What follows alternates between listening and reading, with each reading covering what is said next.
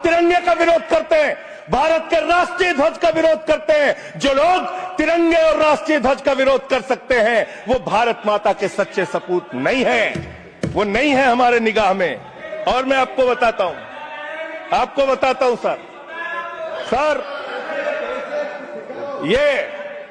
ये है 28 दिसंबर 1949 का ऑर्गेनाइजर पत्र, इसको भी रखूंगा क्योंकि आज गृह मंत्री जी और लीडर ऑफ द हाउस दोनों कह के गए रिकॉर्ड पे सारी चीजें आनी चाहिए, इसको रिकॉर्ड पे रखना चाहिए। इतिहास देश को पता चलना चाहिए किन लोगों ने देश के साथ गद्दारी की, किन लोगों ने तिरंगे का विरोध किया, किन लोगों ने राष्ट्रगान का विरोध किया। आपको ये पढ़ के सुनाना चाहता हूं, ये ऑर्गेनाइजर है, क्या लिख रहा है।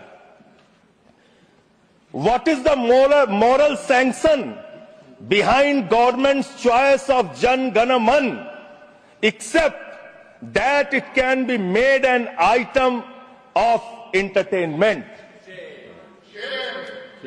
आप राष्ट्रगान का विरोध कर रहे हैं, आप भारत के राष्ट्रगान का विरोध कर रहे हैं। आपके मुख्य पत्र में भारत के राष्ट्रगान का विरोध लिखा गया है।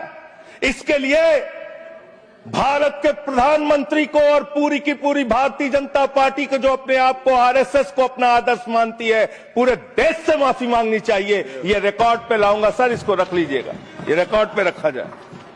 मान्यवर, फिर से बोल दे रहा हूं, 28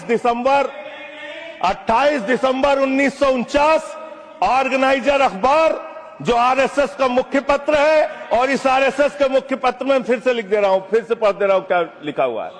What is the moral sanction behind government's choice of Jan Gana Man? Unnecessary it will get provoked. It can be made an item of entertainment. Please continue. ये लिखा Sanjay ji unnecessarily provoke. Continue. Sir,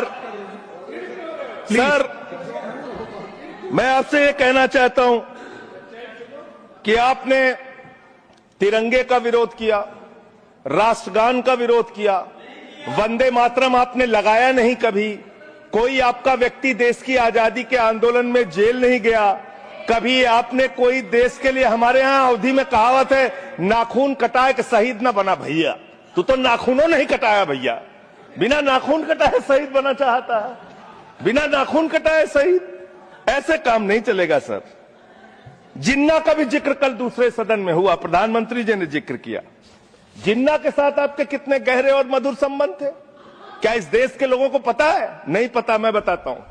Shyama Prasad Mukherjee ji Fazlul हक की government में finance